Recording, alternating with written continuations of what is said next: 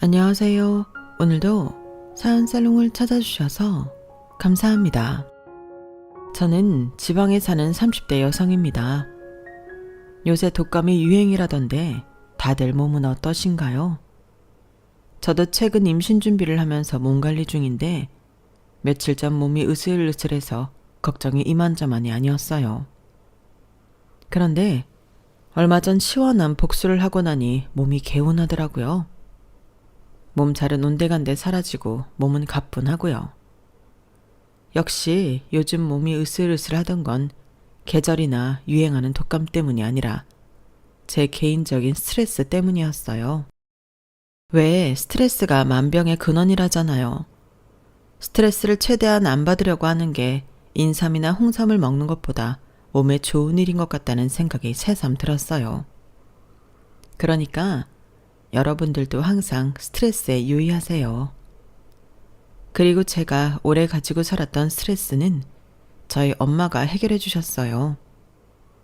저희 엄마가 굉장히 자애로우신데 매일 해오시던 선행 덕분에 제가 시원하게 사이다 한 잔을 들이킬 수 있었어요.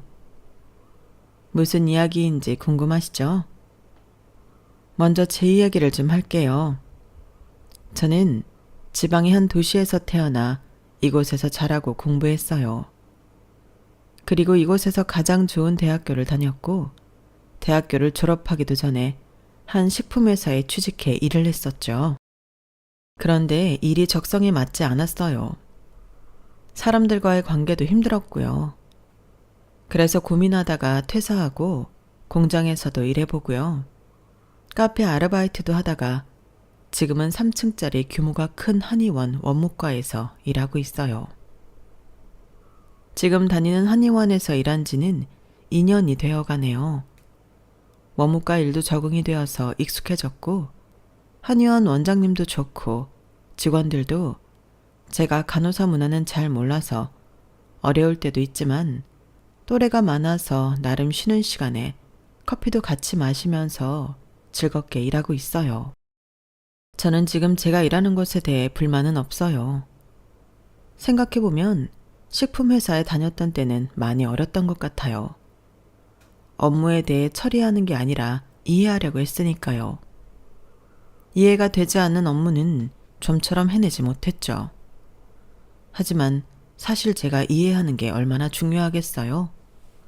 저는 회사의 부속품일 뿐인데요. 일을 처리하고 해결하는 게 이해보다 먼저죠. 그런데 그런 자세가 부족했던 것 같아요. 지금은 아니에요. 이해가 안 되는 업무가 원무과에선 없기도 하고 무조건 처리하고 해결하기 위해 노력하죠. 그리고 그때는 어려서 그랬는지 융통성도 없었어요. 하나를 무조건 하나의 방법으로만 처리하려고 했죠. 다른 방법을 요구하면 반감부터 들었어요. 어쩌면 그게 또 하나의 좋은 방법이 될지도 모르는데 말이에요. 그래서 지금의 저라면 예전에 다녔던 그 식품회사를 끝까지 다녔을 거예요. 사실 그 회사 좋은 회사거든요. 이 동네에서 알아주는 회사예요. 솔직히 말하면 아쉽죠. 지금까지 다녔으면 5년 차 정도 됐을 텐데 어디 가서 자신 있게 명함 내밀 수 있고 아쉽지 않다면 거짓말이죠. 지금 다니는 이 한의원도 저의 경력을 보고 놀랐어요.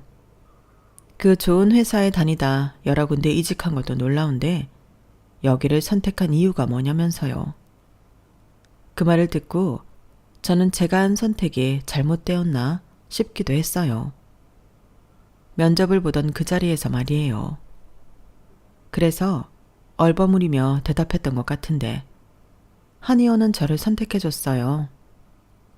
원무과에서 일을 하던 초반엔 업무도 서툴어 실수도 많고 혼도 많이 나서 주눅도 많이 들었는데 그럼에도 지금은 제가 하는 일에 만족해요. 남편이 그러더라고요. 후회해봐야 너만 배 아픈 거 아니겠어? 저는 그 말을 듣고 깨달았어요. 어차피 저는 그 식품회사로 돌아갈 수 없어요. 제 능력이 그것밖에 안 되기 때문이 아니라 제가 이곳을 이 한의원을 선택했기 때문이에요. 그러니 후회하지 않기로 했어요. 지금 저에게 닥쳐진 현실에 더 집중했죠. 자신의 현실을 아는 건 중요한 일인 것 같아요. 그게 낙담하라는 이야기가 아니라 본인이 가장 잘할 수 있는 위치라는 게 분명 있는 것 같아요. 그걸 알도록 도와준 사람이 저의 남편이기도 하고요. 남편은 저의 옆자리에서 제가 할 수 있는 일, 잘하는 일을 가르쳐주고 북돋아주고 격려해 주었어요. 사실 제가 카페 아르바이트도 했다고 했잖아요.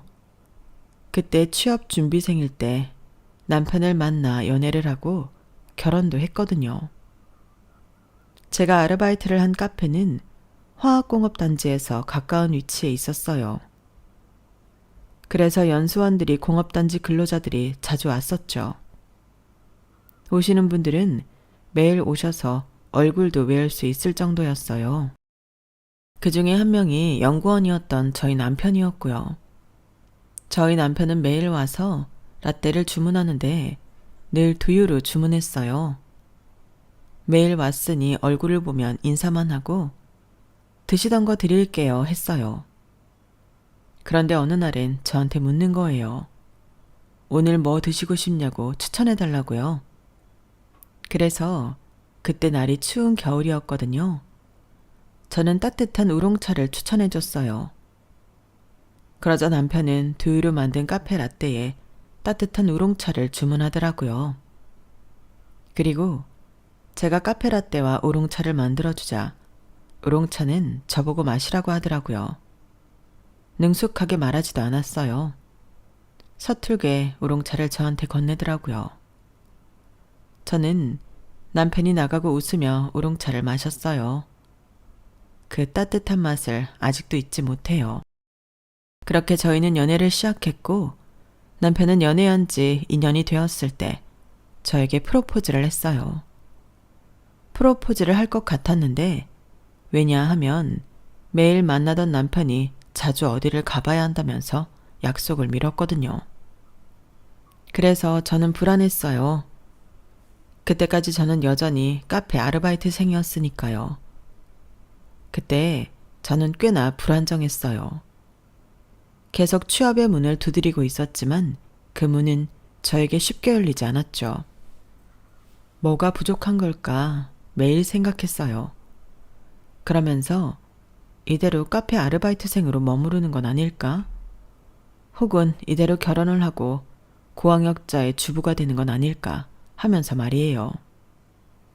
지금은 맞벌이 시대잖아요. 아무리 남편이 연구원으로 꽤 많은 돈을 벌고 있지만 아이를 키우고 하다 보면 돈에 허덕일 텐데 요새는 한 아이를 키우는데 3억이 넘게 든대요 글쎄. 그러니 집에서 집안일 하면서 내조만 하고 싶진 않았어요. 게다가 제가 방금 고학력자인 걸 언급했잖아요. 저는 힘들게 대학교를 다녔어요. 처음엔 친정엄마가 대학교도 꼭 가야 하냐고 물으셨어요. 돈이 없어서요. 그렇다고 제가 월등히 공부를 잘했던 것도 아니에요. 보통 수준, 딱 보통 수준이었죠. 그러니 장학금을 받고 들어가지도 못했고 이후에도 장학금을 받을 일은 거의 없으니 엄마도 걱정이셨던 거죠. 지금은 저도 이해해요. 하지만 그땐 이해가 안 돼서 무작정 가야 한다고 나도 남들만큼 경험하고 싶다고 떼를 썼어요. 그리고 부모 이기는 자식 없다죠. 저는 대학교에 입학해 학교를 다녔어요. 그리고 지금까지 학자금 대출을 갚고 있죠. 그러니 제가 결혼을 해서 주부의 삶을 선택하면 저희 친정엄마는 속으로 그러실 거예요. 겨우 집에서 살림하려고 대학교를 가겠다고 온갖 떼를 썼냐? 설령 그러지 않을지라도 저는 싫었어요. 그리고 저는 내조를 그렇게 잘할 것 같지도 않았고요. 이 도시 토박이로 살면서 집에서 떨어져 본 적이 없어서 집안일 한번 제대로 배워본 적이 없는걸요. 그래서 남편이 프로포즈를 했을 때 기쁘면서도 몹시 망설였어요. 그러자 남편이 당황해서 무슨 일 있냐고 묻더라고요. 프로포즈 해줘서 고마워. 고마운데 나는 이대로 결혼 못해. 최소한 내가 직업이 있어야지. 안 그래? 요새 아이 키우는데 3억이 넘게 든대. 한 아이당. 그런데 내가 놀 순 없잖아. 그러자 남편은 살림하는 게 왜 노는 거냐며 살림도 한 가정에 있어 매우 중요한 일이라고 저를 혼냈어요.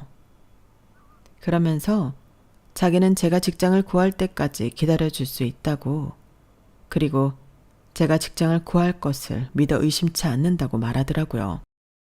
그래서 처음엔 그 말이 결혼을 기다린다는 말인 줄 알았는데 남편이 반지를 약지에 끼워주더군요. 결혼을 하든 말든 너를 향한 내 믿음은 변하지 않아. 대신 지금 나와 결혼해줬으면 해. 잘 생각해봐.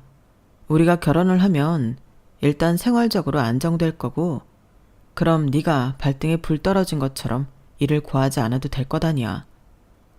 나는 네가 이번에도 신중하게 일을 구했으면 좋겠어.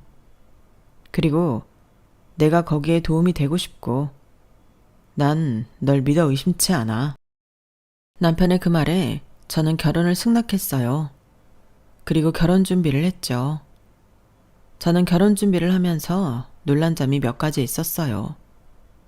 바로 남편의 가족에 관한 일인데요. 남편은 연애를 하면서 가족에 관해서 일절 말이 없었어요. 그리고 저도 외동이어서 크게 궁금하지 않았고요. 그런데 결혼 준비를 하다 보니 남편이 둘째더라고요. 위로 누나가 있고 아래로는 남동생이 있었어요. 그것도 누나는 같은 단지에서 일하는 연구원이라고 하더라고요. 남동생은 반도체 회사에 다닌다고 하더라고요. 벌써 10살짜리 아들이 있는 애 아빠야. 나이는 나보다 3살이나 어린데 말이야. 25쯤인가? 사고 쳐서 결혼했어. 그런데 무탈하게 잘 살아. 재수 씨가 좀 독특하긴 한데 말을 가리는 스타일이 아니어서. 아, 그렇다고 욕하는 건 아니고 그냥 좀 톡톡 튀는 스타일이랄까? 남동생이 그런 취향이었다는 게 좀 놀라울 정도? 남동생은 엄청 과묵하거든. 우리 집에서 내가 제일 말이 많아. 누나도 과묵해. 누나는 아직 결혼 안 했고 앞으로도 안 할 것 같아. 그러니까 그 이야긴 앞에서 하지 말고. 누나와 남동생 그리고 저에겐 동서될 사람에 대한 이야기를 남편은 이렇게만 했어요. 그 뒤로 더 이야기하지 않았죠. 저도 달리 궁금한 게 없었고요. 그리고 상견례 날짜가 다가왔어요. 상견례 때 저는 남편의 가족들을 모두 볼 수 있었어요. 저는 친정 엄마와 저밖에 없는데 남편은 시어머니, 시아버지, 새언니, 도련님, 동서, 10살 된 조카까지 수가 너무 많았어요. 그래서 남편과 새언니는 저희 쪽에 앉아야 했어요.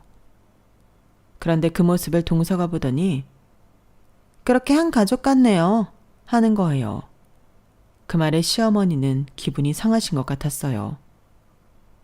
무슨 가족이야. 아직 식도 안 올렸는데.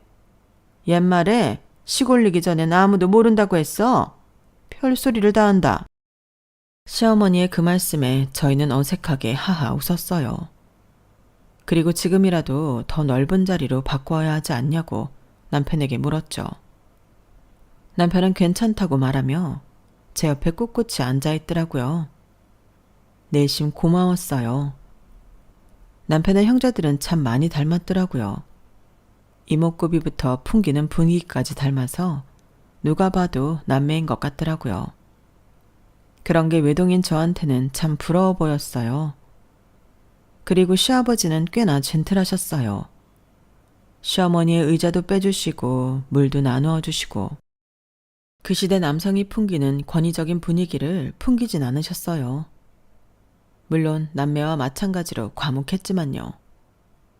시어머니는 키도 작고 체구도 작은 게 귀여우셨어요.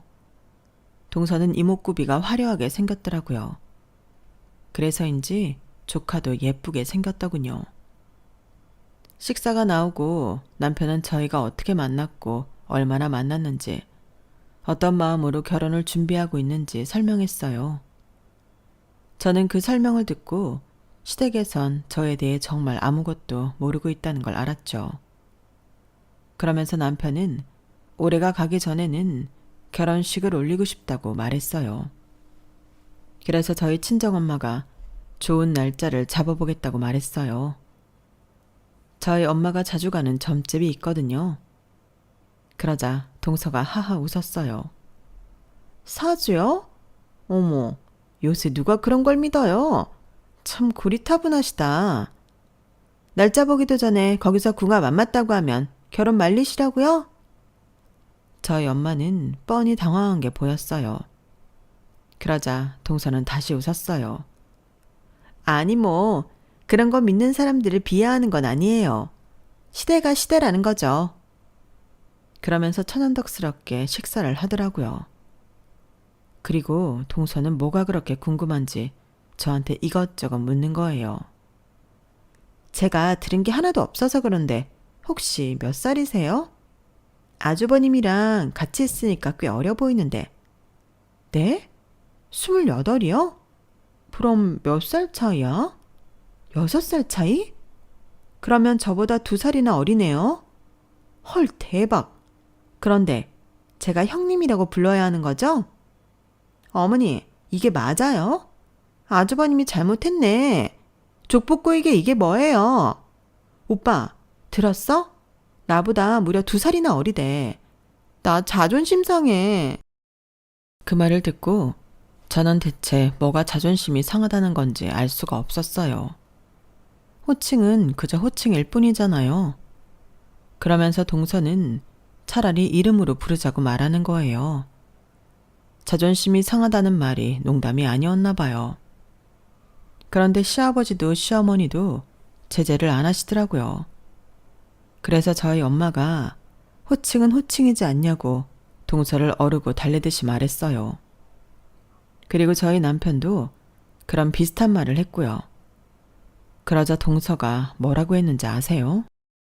참, 아주버님도 욕심이 과하시네. 어떻게 6살이나 어린 여자를 만나지? 지훈 씨가 갓 태어났을 때 아주버님은 뛰고 노래하고 하신 건 아시죠? 아니면 아주버님이 연구원이어서 지훈 씨가 꼬신 건가? 그 말에 저는 기가 막혔어요. 저희 엄마도 그 말을 듣고 아무 말도 못 하셨죠. 그러니 동서는 계속 말을 해도 되는 줄 알았는지 나불나불 거리더라고요. 그럼 어디서 일하세요? 카페요? 카페 사장님이세요? 아르바이트요? 지금 28인데 아르바이트예요? 아유, 어머니가 고생이 많으셨겠어요. 언제까지 하려고요? 직장 구할 때까지요? 그런데 결혼을 해요? 취직 아니야? 그쵸? 대학은요? 아, 여기에 있는 대학교요? 그건 아시나 몰라? 저도 서울에 있는 대학교, 이 사람도 서울에 있는 대학교, 아주버님도 서울에 있는 대학교, 언니도 서울에 있는 대학교 나왔어요. 그냥 알고 있으라고요. 그 소리에 한숨이 절로 나오더라고요. 그런데 동서라는 사람은 제 표정도 못 살폈는지 계속 주둥이를 나불거리더라고요. 정말 솔직히 말하면 그 자리를 박차고 나가고 싶었어요. 그런데 그럴 때면 남편이 테이블 아래서 손을 잡아줘서 겨우 버티고 상견례를 끝냈어요. 그리고 친정엄마를 집에 데려다 드리고 남편을 만났어요. 남편이 미안한 표정을 짓더라고요. 정말 미안해. 내가 전에도 말했지? 재수씨가 좀 톡톡 튄다고. 그래도 이 정도일 줄은 몰랐네. 나도 왕래를 잘 안 해서 마음 많이 상했지. 정말 미안해. 하지만 앞으로 이런 일 없을 거야. 정말 우리 집 명절 아니면 잘 만나지도 않아. 누나며 동생 식구들이며 명절 이외에 찾아온 적 없었어. 그러니까, 응? 정말 미안해. 저는 남편이 저한테 사과하는지 왜 그러는지 속이 너무 상했어요. 그리고 사실 저희 엄마도 돌아가는 길에 취집이 무슨 뜻이냐고 물으시더니 제 대답을 듣고 우시더라고요. 그러면서 자기도 6살이나 많은 남자한테 저 시집 보내는 거 싫었다고, 그리고 왜 능력 있는 네가 취집한다는 소리를 들어야 하냐고 우시더라고요. 그리고 제가 식품회사를 그만두겠다고 말했을 때 말렸어야 했다고 하셨어요.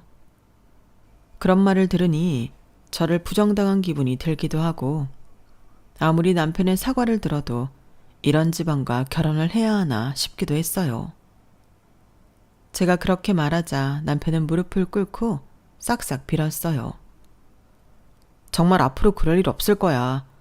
명절 아니면 마주칠 일도 없을 거고, 재수 씨가 그런 말하면 내가 한 소리 할게. 네가 아무리 나이가 어려도 형님은 형님이야. 서열은 서열이지. 서열이 괜히 있는 게 아니잖아. 그러니까 그런 말 하지 마. 남편이 그러는데 어쩔 수 있나요? 그리고 남편의 가족 중 한 사람이 문제인 거지 전체적으로는 괜찮았거든요. 또 결혼을 하고 나면 이제 저희 부부가 가족인 거잖아요. 제1의 가족 말이에요. 그러니 저는 명절에만 본다는 남편의 말을 믿기로 했어요. 하지만 제가 결혼한 직후 동서가 10년 만에 임신을 하면서 상황은 달라졌어요.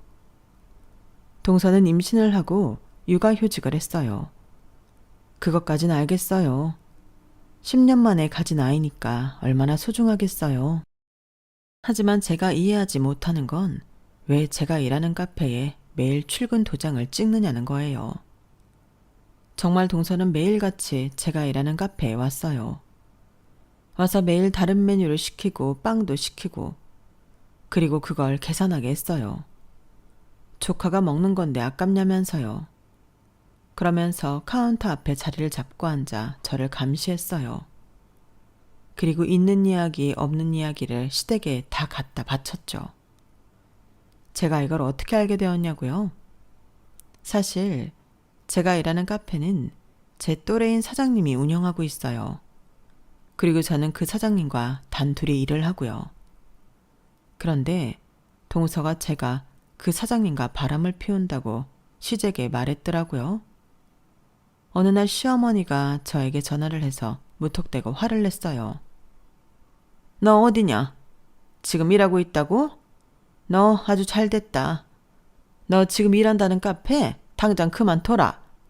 어디서 결혼한 여자가 미혼인 남자랑 하하호호 부엌놀이를 해.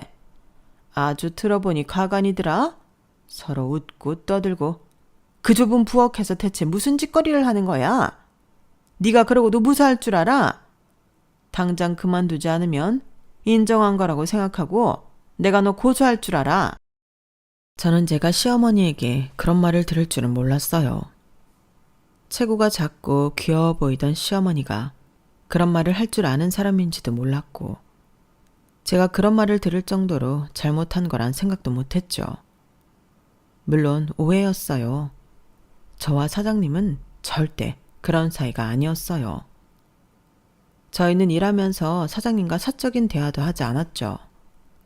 저는 사장님 이름도 키오스크 앞에 적힌 계좌번호 및 이름을 보고 알았는걸요. 그리고 솔직히 말하면 사장님이 얼마나 무뚝뚝한데요. 호흡을 맞춘다고 제가 고생한 걸 생각하면 그런 오해는 너무 억울했어요. 그래서 시어머니에게 아니라고 부끄러운 짓 한 적 없다고 말했어요. 그런데 시어머니는 제 말을 믿지 않으셨어요. 어디서 거짓말이야. 다 보고 들은 사람이 있는데 우리 은정이가 없는 이야기 지어내려인 줄 알아? 은정이는 동서의 이름이었어요. 그렇게 저는 이 얼토당토 않은 소문을 동서가 냈다는 것을 알았어요. 그리고 동서는 그런 짓을 하고도 뻔뻔하게 카페에 왔죠. 시어머니가 전화한 당일에도 카페에 왔고요. 그 다음 날에도 매일 카페에 왔어요. 그리고 시어머니는 매일 저에게 전화를 해서 카페 일을 그만두라고 하셨고요. 결국 이 이야기는 남편에게까지 들어가서 남편도 저를 의심하는 것 같았어요. 남편이 은근히 그만두었으면 하는 눈치더라고요. 언제는 둘이 사소한 일로 다퉜는데 그때 제가 바람을 쐬러 나가려 했단 말이에요. 그러니 남편이 저를 잡으며 화를 내더라고요. 어디가? 이 늦은 시간에 바람을 쐬러? 거짓말하지 마. 어디 갈 데가 있단 소리지? 믿을 구석이 있단 소리지? 저는 그 말을 듣고 남편이 저와 사장님 사이를 단단히 오해하고 있다는 걸 알았어요. 그래서 저는 다툰 건 둘째치고 오해를 풀어야 할 것 같아서 오해라고 말했죠. 하지만 남편은 확실히 믿지는 않더라고요. 그런 눈치였어요. 그런 일도 있고 하니 그 다음날 결국 참다 못한 제가 동서에게 상황을 물었어요. 동서는 제가 퇴근을 하면 같이 카페에 나와서 제가 집까지 데려다 줬거든요. 올 때는 제가 일찍 출발하니 따라오고요. 그런데 동서는 천연덕스럽게 안전벨트를 채우더라고요. 제가 뭘요? 제가 본 걸 말씀드린 건데요. 솔직히 형님도 그분한테 마음이 전혀 없진 않잖아요. 눈빛이 다르던데 뭘. 아마 아주버님이 그 모습 보면 눈물이 다 날 거예요. 안 그래요? 그래서 제가 막 화를 냈어요. 어떻게 그런 유언비어를 퍼뜨리냐고요. 그러니까 동서는 배를 만지면서 아기가 들으니 흥분하지 말라고 하더라고요. 그러면서 제가 운전하기를 기다리길래 제가 차 문을 열었어요. 내리라고요. 그러자 동서는 당황하더라고요. 그래서 제가 동서를 끌고 차에서 내리게 한 뒤에 혼자 출발했어요. 그러니 시댁에선 난리가 났죠. 시어머니는 저에게 전화해 어디 임산부를 그렇게 버리고 가냐고 노발대발을 하셨어요. 그리고 다음날 시댁의 온 가족이 집합했죠. 저는 가고 싶지 않다고 남편에게 말했는데 남편은 아직도 저를 의심하는 눈치였어요. 그래서 어쩔 수 없이 저도 시댁에 갔죠. 남편과 시댁을 가는 길도 그렇게 도착한 시댁도 살얼음판이었어요. 살얼음판인 시댁을 저희 부부는 조심스럽게 밟아 거실에 있는 식탁에 앉았어요. 시댁 식구들은 이미 둘러 앉아 있었고요. 그리고 한참을 침묵 속에 있었는데 남편 누나가, 그러니까 저에게는 신우가 한마디 하더라고요. 대체 누구라도 말 좀 해. 바쁜 사람 오라고 해놓고 아무 말도 안 할 거면 왜 오라고 한 거야? 내가 이렇게 한가한 줄 알아? 얘 지훈아, 네가 말 좀 해봐라. 너 정말 카페 사장이랑 그렇고 그런 사이야? 저는 아니라고 말했어요. 전 억울해요. 저는 그냥 일을 열심히 했을 뿐이에요. 와보시면 아실 거예요. 저 사장님이랑 사적인 대화 일절 없이 일만 해요. 대체 동서가 뭘 보고 그런 오해를 했는지 제가 더 알고 싶다니까요. 그것 때문에 신랑이랑도 다투고 신랑이 저를 오해하고 게다가 식구들끼리 이렇게 불편한 자리까지 만들어지고 이 사실을 사장님이나 다른 사람들이 알면 코웃음 칠 거예요. 저는 억울해서 눈물이 다 날 것 같았어요. 그런데 시어머니는 제 이야기를 듣더니 헛웃음을 치셨어요. 아니 땡굴뚝에 연기가 나니? 은정이 얘가 괜히 그런 말 했겠어? 이상한 걸 이상하다고 말한 거 아니야. 너 사람이 왜 이렇게 뻔뻔하니? 그만 인정하고 사과하지 못해? 저는 정말 억울했어요. 하지만 아시죠? 아닌 걸 입증할 방법이 더 어렵다는 거요. 그래서 계속 한숨만 푹푹 쉬고 있었어요. 그러자 시아버지가 그만하라고 하더라고요. 아니라는데 증거도 없으면서 우기지 말고 그냥 새아가 말 믿어. 다들 오늘 이후로 그 일 언급도 하지 말고. 그런데 지훈아, 아무리 그래도 네 동서를, 임신한 동서를 이 추운 날 길바닥에 내동댕이 친 건 너무한 거 아니니? 잠자코 계시던 시아버지의 그 말에 저는 바로 사과했어요. 솔직히 추운 겨울에 임산부를 두고 홀로 집으로 간 게 심하긴 했잖아요. 그리고 저는 확실한 사람이에요. 잘못했으면 잘못했다고 사과하고 아닌 건 아니라고 말하는 사람이에요. 그래서 동서에게 사과했어요. 미안하다고요. 그렇게까지 한 건 그만큼 화가 나서 그랬던 거라고요. 그러자 동서는 입을 삐쭉 내밀더라고요. 사과하면 다해요. 그때 전 얼어 죽을 뻔했다고요. 그래, 카페 사장하고 그렇고 그런 사이 아니냐는 말이 우회라고 쳐요. 그렇다고 임신한 동서를 이 엄동설원에 길바닥에 버려도 돼요? 형님 때문에 저희의 잘못되기라도 하면 형님이 어떻게 책임지실 건데요? 이래서 무식한 사람하고는 상종을 하면 안 된다니까. 하지만 분명히 말하는데 엄동설한이라고 불릴 정도로 춥지 않았어요. 제가 임신을 안 해봐서 모르지만요. 그 정도 추위에 아이가 어떻게 될 것 같았으면 임산부는 겨울에 어디에도 나가면 안 되죠. 저는 기가 막혔어요. 그런데 동서는 입에 모터를 단 것처럼 계속 쫑알쫑알 떠들어대는 거예요. 이래서 수준 차이가 난다고 하는 거예요. 아주버님, 제가 말씀드렸죠? 분명히 대학 수준, 지능 수준이 차이가 날 거라고요. 이렇게 무식한 여자랑 어떻게 살아요? 그리고 이런 말까진 안 하려고 했는데 예단 예물도 말이에요. 사돈에게 예의 갖추는 건데 사정 어렵다고 소박하게, 정말 소박하게 하셨죠? 그깟 이불에 그깟 은수저. 정말 보는 제가 창피스러워서. 그 이불 우리 어머니 쓰지도 않은 건 아시나 몰라? 내가 그래서 말했어요. 그냥 당근에나 팔으라고요. 참, 사람이 경우가 없어도 어떻게 이렇게 없어요? 이래서 무식한 사람들이랑은 상종을 말아야 한다니까? 그 말을 듣고 저는 남편을 쳐다봤어요. 남편은 자기 무릎만 보고 아무 대꾸도 안 하더라고요. 정말 이 집 구석엔 제 편이 아무도 없구나 싶었어요. 저는 식사도 제대로 하지 않고 집으로 갈 시간만 기다렸어요. 그리고 집으로 돌아가는 길에 남편이 이런 이야기를 해주더라고요. 재수 씨 집안 엄청 잘 살아.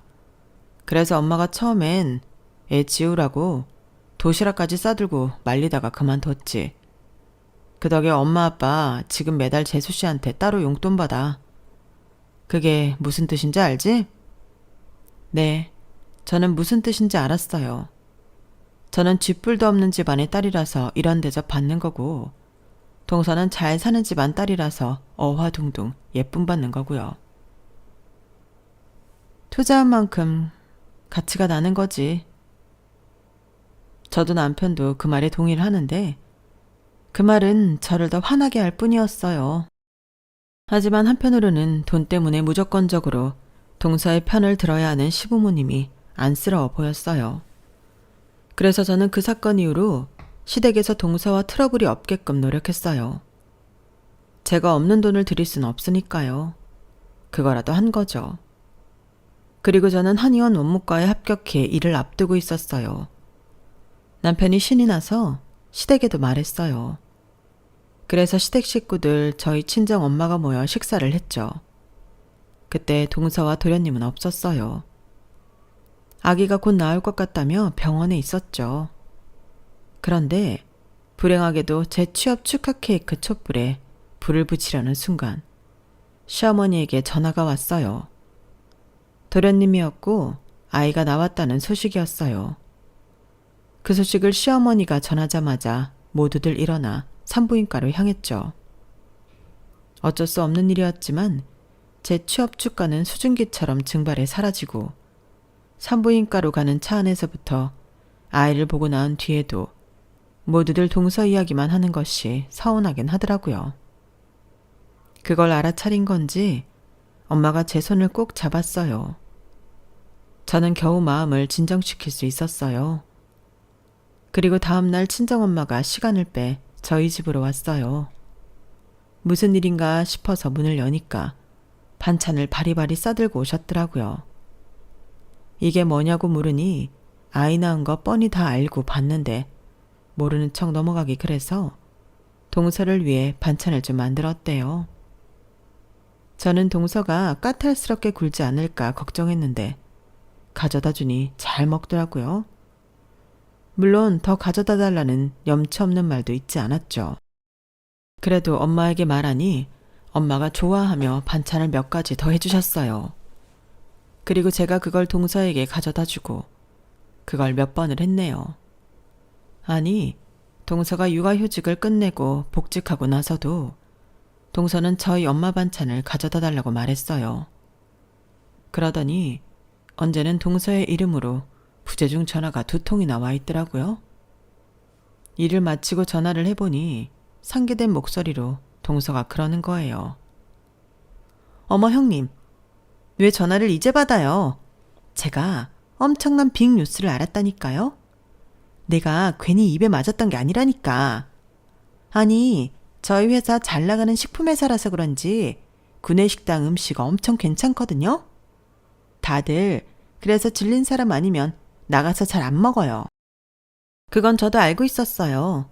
저도 그 식품회사 다녀봤으니까요. 그때도 음식이 참 괜찮았어요. 그런데 아직도 그 맛을 유지하고 있나 보더라고요. 근데 저는 동서가 대체 무슨 말을 하려는지 도통 알 수가 없었어요. 아니, 왜 모르는 척을 하세요? 아줌마 여기서 일하시잖아요. 아니, 형님 엄마 말이에요. 여기 주방에서 일하던데요? 내가 오늘 괜히 주방 안을 보고 싶더라. 보니까 딱 있던데 그걸 여태 몰랐네. 아무튼 그래서 반찬이 입에 맞았나 봐요. 그런데 형님은 왜 그런 걸 이제껏 말 안 했어요? 뭐 하긴 엄마가 주방에서 일한다고 하면 좀 그럴 수도 있겠다. 아무튼 그래서 아줌마한테 반찬 잘 먹었다고 그랬네요. 그리고 아줌마 내일은 쉬신다고 하더라고요. 그래서 반찬도 좀 부탁했어요. 동서는 저희 엄마를 아줌마 하면서 동네 아줌마 대하듯이 말했어요. 그리고 저는 동서와 전화를 끝내고 엄마에게 전화를 걸었죠. 엄마가 힘없이 받으시더라고요. 그래서 제가 무슨 일 있냐고 하니까 별일 없다고 하더니 결국 이런 말을 하시더라고요. 아니, 네 동서가 온 동네방네 자기 형님 엄마라고 날 소개하는 거야. 참 나쁘끄럽게 말이야. 그리고 요크루트는 한 사람당 하나씩 나오는 건데 그걸 5개는 집어가더라. 그러면서 그때 오해했던 이야기도 사람들한테 하고 퇴식구에 그릇도 안 놓고 가고 같이 일하는 사람들이 뭐 저런 사람이 있냐고 하는데 내가 뭐 대놓고 이렇다 저렇다 말할 수도 없잖니? 이럴까봐 내가 상견례 때 여기서 일한다고 말 안 한 건 아닌데 얘 내 생각보다 더 하더라. 저는 그 이야기를 듣고 무척 화가 났어요. 그래도 저희 친정엄마는 제 가족이라고 쉬시는 날 반찬을 해서 보내주셨어요. 저는 그걸 동서에게 가져다 두러 가면서 오늘은 한마디를 해야겠다고 생각했어요. 그런데 동서는 제 마음도 모르고 반찬을 받고 좋아하며 냉장고에 넣더니 설거지도 안 한 반찬 그릇을 제가 들고 온 종이 가방에 넣더라고요. 그리고 선물 세트를 건네는 거예요. 뭐냐고 물으니 저희 엄마 가져다 주라고 하더라고요. 그런데 자세히 보니 이미 한번 뜯은 거였어요. 아, 뭔지 몰라서 한번 뜯었는데 괜찮죠? 저희는 이런 거 잘 안 먹어서. 그런데 아줌마 머리 나쁜 게 형님하고 비슷하네요. 꼬등의 조림이 뭐야? 동서는 엄마가 적어놓은 반찬 이름을 보고 웃었어요. 하지만 그건 오타가 아니에요. 꼬등에는 고등어의 전라도 사투리죠. 그런데 동서는 저희 엄마가 무식하다는 듯이 말했어요. 사투리가 무식한가요? 그럼 표준어만 유식한 거고요. 그래서 저는 친정엄마에게 전화해 이제 반찬 만들지 말라고 말했죠. 그 뒤 동서에게 엄마가 요새 반찬 만들 시간이 없다고 말하니 입을 삐쭉 내밀면서 투정을 부리더라고요. 정말 누가 보면 동서가 저희 집 딸인 줄 알겠어요. 그러다 어느 날 저희 엄마한테 문자가 온 거예요. 네 동서 연락받지 마라. 그리고 귀신같이 동서에게 전화가 왔어요. 저는 엄마 말을 듣지 않고 동서의 전화를 받았죠. 어떻게 해요, 언니? 저 이제 잘릴지도 몰라요. 일로 어떻게 하면 좋아요? 대뜸 이렇게 말하는 거예요. 그래서 무슨 일인데 그러냐 하니까 동서는 훌쩍였어요. 제가 아줌마, 아니 사무국장님을 몰라 배워서 일이 이렇게 되었는데 어떻게 하면 좋아요? 그걸 다 대표님이 보고 계셨는데 저 이제 잘리는 거 아니에요? 형님이 제발 아줌마 아니, 사무국장님한테 말씀드리면 안 돼요? 제발 부탁이에요. 저는 동사의 전화를 받고 일이 어떻게 된 건지 대충 감이 왔어요. 혹시 복수불 반분이라는 말 아시나요? 엎어진 물을 주워 담을 수 없다는 뜻이죠. 지금 동사의 모습이 딱 그것이었어요. 이게 무슨 말이냐면요. 사실 저희 친정엄마는 한 식품회사 식당에서 근무하고 계시지만 한 보육원의 사무국장이기도 하세요. 식당에서 근무하신 지는 저희 아버지가 암으로 투병하셨는데 그때부터였고요. 보육원의 사무국장이 되신 지는 10년이 되었어요.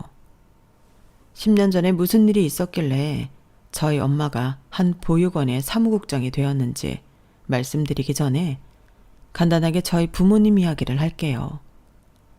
저희 엄마는 저희 아빠를 보육원 봉사하시며 만났어요. 엄마는 원래 공부를 했더라면 사회복지사가 되고 싶을 정도로 사회에 관심이 많았어요. 하지만 여력이 되지 않아 공부는 할 수 없었고 집에서 가장 가까운 보육원으로 봉사를 간 거죠. 그리고 거기에 이미 봉사를 하고 있던 아버지를 만난 거예요. 그들은 죽이 척척 맞는 동료였어요. 눈빛만으로도 뭐가 필요한지 알았고 뭐가 문제인지 알았죠. 그래서 부쩍 친해져 서로 있는 이야기 없는 이야기를 하다가 연애를 하게 되었어요. 그리고 결혼을 했고 결혼을 하고서도 봉사를 멈추지 않았죠. 저희 친정엄마는 늦게 저를 임신했는데 임신을 하고도 태교에 좋을 거라며 봉사를 하셨어요. 저를 낳고도 주말만 되면 보육원으로 가셨어요. 저를 데리고요. 그래서 저는 많은 친구들과 함께 놀면서 컸어요. 주말만 되면 언제나 친구가 있는 놀이터에 가는 기분이었죠. 그러다 제가 22살 때 아버지가 대장암 말기 선고를 받았어요. 예후가 좋지 않았죠. 그 이야기를 듣고 저희 엄마는 한 식품회사 구내식당에서 근무하기 시작했어요. 늦은 오전부터 오후까지 구내식당에서 일을 하고 병원으로 퇴근해 아버지를 돌봤죠. 하지만 아버지는 괜찮아지지 않았어요. 결국 연명치료를 거부하고 집으로 돌아가 집에서 돌아가셨어요. 유언을 남기시고요. 아버지의 유언은 이거였어요. 자신이 평생을 봉사한 보육원에 기부 한번 하지 못한 게 마음에 걸리셨나 봐요. 자기 앞으로 들어놓은 보험금과 재산을 보육원에 기부하겠다는 말을 남기셨어요. 그리고 엄마는 아버지의 그 뜻을 따라 보육원에 기부를 했죠. 서명을 하기 위해 보육원 사무실을 열었어요. 그런데 대표 자리에 앉아있던 사람이 벌떡 일어나는 거예요. 이제 오셨어요? 겨우 만났네요. 뜬구름 잡는 소리에 엄마가 고개를 갸우뚱하다가 이내 하고 놀랐어요. 대표님 아니십니까? 대표님이 여기 어쩐 일로? 알고 보니 엄마가 일하는 식품회사에서 보육원에 오랫동안 봉사를 하다가 그 시점으로부터 몇 해 전 인수를 했다네요. 그래서 큰 금액이 기부에 들어오면 대표님이 오셔서 서명을 받으신다고요. 그저 봉사만 했던 엄마가 그 큰 일을 알 리가 없었죠. 그런데 대표님은 다른 건 기억 안 나냐고 저희 엄마에게 물었어요. 저희 엄마가 모르겠다고 말하니까 자기 이름을 말하더라고요. 대표님 성함이 아니라 다른 이름을요. 그러자 엄마가 너무 놀라면서 대표님을 부둥켜 안았어요. 알고 보니 대표님은 이 보육원에서 자랐는데 11살쯤 되었을 때 이 식품회사 회장의 아들로 입양되었다네요. 그 전까지 저희 엄마와 아버지와 잘 지냈다고요. 이모와 삼촌, 아직도 이렇게 불러도 되죠? 그 마음 아직도 잊지 않고 있어요. 처음에 입양 소식 들었을 때 이모 삼촌을 생각하면서 정말 가고 싶지 않았어요. 차라리 이대로 어른이 되어서 퇴소하고 싶었죠. 참, 누가 들으면 복에 겨웠다고 하겠죠? 그만큼 저희한테 잘해주셨잖아요. 그 어떤 목적도 없으셨고 한결같이 다정하셨고 특히 혼나야 할 땐 누구보다 진심을 다해 혼내셨잖아요. 불쌍한 애들이라고 불쌍하게만 보지 않으셨어요. 사람으로 대해주셨죠. 그 마음을 잊지 않고 저 대학생이 되었을 땐 해외 봉사도 다녀왔어요. 그리고 가업을 물려받고 나선 이 보육원을 인수했죠. 그러고 싶었어요. 더 관리하고 싶었어요. 사실 이 자리 제 와이프 자리인데 오시는 분 성함 보고 제가 왔어요. 이제 기억나시죠? 엄마는 저를 소개하며 우스갯소리로 대표님이 자기가 점찍어둔 사윗감이었다고 말했어요. 그스레 대표님은 하하 웃고 저는 민망했네요. 그리고 서명을 했어요. 이제 가려는데 대표님이 조심스럽게 묻더라고요. 혹시 사무국장 자리가 남는데 도와줄 수 있겠냐고요. 저희 엄마가 화들짝 놀라 그런 건 할 수 없다고 했는데 마음이면 충분하다고 분명 잘해낼 수 있을 거라고 대표님이 북돋아 주시고 저도 찬성해서 엄마는 그날부로 사무국장이 되셨어요. 대신 엄마는 두 일을 할 수 있게 해달라고 했어요. 그래서 식당에서도 일을 하고 계신 거였어요. 그런데 동서가 전화가 온 당일에 동서는 그것도 모르고 또 저희 친정엄마를 무시하고 험담했나 봐요. 그러다 대표님이 오셨는데 대표님이 저희 엄마를 사무국장님이라고 불렀어요. 아마 일부러 그렇게 부르신 듯해요. 그래서 저희 엄마가 당황하니까 대표님이 업무적인 말을 저희 엄마에게 했고 저희 엄마도 프로페셔널하게 대꾸했어요. 그러니까 저희 동서가 얼굴이 시뻘개져서는 도망가더래요. 그리고 저에게 전화가 왔죠. 저는 동서의 전화를 받고 우스워서 웃었어요. 그러게 사람은 함부로 대하는 게 아니라니까 동서.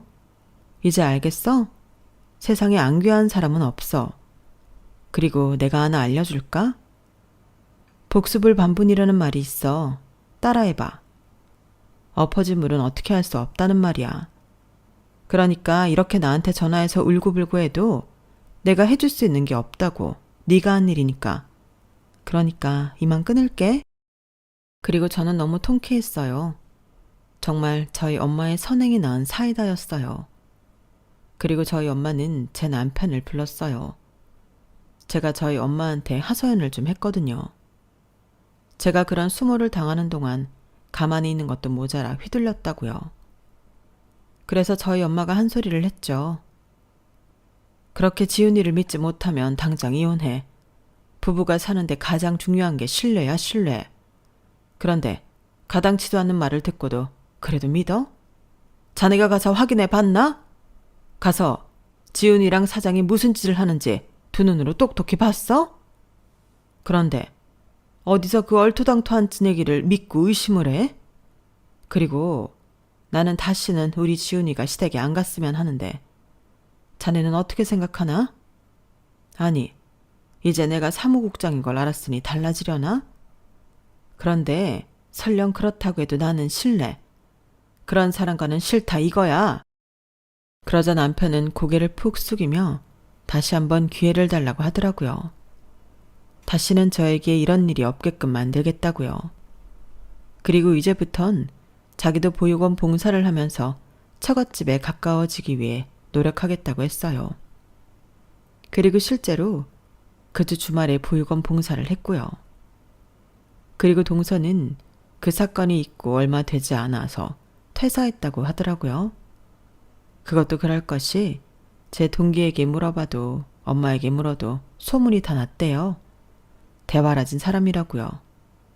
그리고 회사에서도 그런 짓을 했는지 그럴 줄 알았다 하는 사람도 있었고요. 그러니 어디 창피해서 못 다니죠. 그리고 명절처럼 시댁에서 모일 때는 어떻게 하냐면요. 동서는 저를 살살 피해요.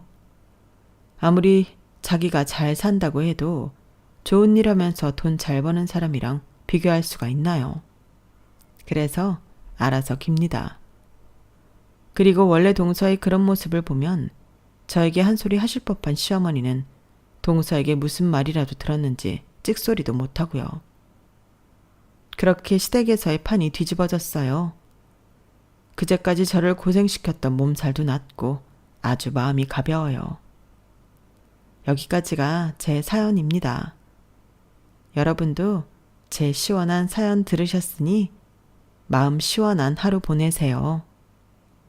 들어주셔서 감사합니다. 건강하시고요. 여러분, 사연 댓글에 응원과 현명한 조언 부탁드려요.